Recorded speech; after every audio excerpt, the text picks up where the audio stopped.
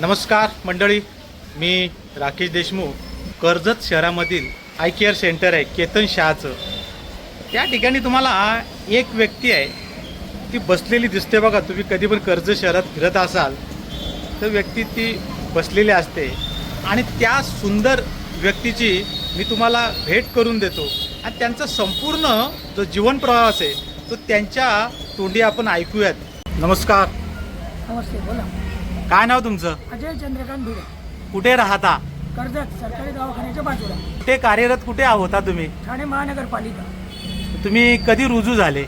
15 October 1994. तिथे काय त्या कुठल्या सेवेत तुम्ही होता? टेलिफोन ऑपरेटर, अच्छा. मराठीत दूरध्वनी चालक. जन्मतःच तुम्हाला दृष्टीहीन आहात, म्हणजे तुम्हाला दृष्टी नाहीये. कसं काय हे सगळं तुम्हाला जमलं? मी बदलापूरच्या अंधशाळेत गेलो हां आणि 89 साली मी मॅट्रिक झालो. कारण अंधशाळा उशिरा माहीत झाली घरच्यांना, त्यामुळे मी उशिरा अंधशाळेत गेल्यामुळे मी वयाच्या 21व्या वर्षी मॅट्रिक झालो. हां 92 साली मी कोर्स केला. National association for the blind म्हणून एक अंधांसाठी संस्था आहे. तिथे दूरध्वनी चालकाचा कोर्स मिळतो, म्हणजे दूरध्वनी यंत्रणा कशी हाताळायची हा अंधांसाठीचा एक विशेष कोर्स असतो. तो मी केला आणि मला अनपेक्षितपणे 15 ऑक्टोबर 1994 साली ठाणे महापालिकेत दूरध्वनी चालक या पदावरती नोकरी लागली. किती वर्ष नोकरी केली? 32. आता रिटायर झालात? रिटायर झाली. नोकरीत जाताना येताना काही समस्या अडचणी?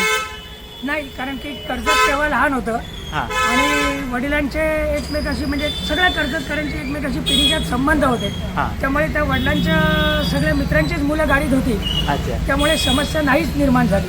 कधी झाली असेल, एकटा असेल तर ती आय फाईट आणि मी ती क्लिअर केली. अच्छा. शिक्षण तुमचं किती झालेलं आहे? मॅट्रिक.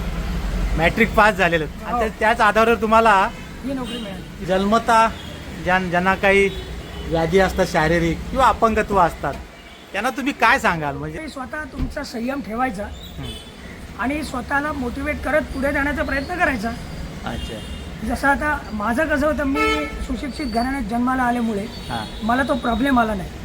माझे घरचे सुशिक्षित असल्यामुळे माझी आत्या किंवा माझे आई वडील यांनी शाळांचा शोध घेतला. म्हणजे तेव्हा तर हा सोशल मीडियाही नव्हता, पण त्यांनी त्या परिस्थितीत शाळा शोधली आणि मला म्हणजे मनाची हिंमत करून त्यांनी मला शाळेत पाठवलं. कारण मी हॉस्टेलमध्ये राहिलो आणि मी घरातला लाडका होतो. माझ्या आजोबांचा विरोध होता. ते म्हणाले की मी आहे तिथपर्यंत त्याला पाठवायचं नाही, मी सांभाळेन त्याला. अच्छा. परंतु आई वडिलांनी मनावर दगड ठेवून मला शिक्षण दिलं आणि शाळेतही सगळे गुरु खूप चांगले भेटले. म्हणजे मांजरेकर ताई आमच्या मुख्य अध्यापिका होत्या आणि संस्थापक होत्या प्रगती अंतविद्यालयाच्या. त्यांनी मला एवढं चांगलं घडवलं की आम्हाला मॉन्टेसरीपासून इंग्रजी होतं. त्यामुळे मला 10वीपर्यंत म्हणजे मी इंग्रजी मीडियममध्ये जावं असं मला कधी वाटलंच नाही. ज्या व्यक्ती आपल्या जीवनामध्ये त्रस्त झालेल्या असतात, काही अपघात आले असतील, काही शारीरिक व्याधी जडल्या असतील आणि मग ते आपलं जीवनात त्रस्त होतात आणि आपलं जीवन संपवायचं, आपलं आयुष्य संपवायचं या हेतूने टोकाचं पाऊल उचलतात. परंतु भिडे भाऊंसारखं ते जीवन आज चांगल्या पद्धतीने जगत आहेत. या ठिकाणी शहांचं जे चष्म्याचं दुकान आहे तिथं तुम्हाला बसलेले दिसतील. ह्या ज्या व्यक्ती असतात, ह्या व्यक्ती आपल्यासाठी प्रेरणादायी असतात. त्याच्यामुळे आपण त्यांच्याकडून खूप काही शिकलं पाहिजे. धन्यवाद.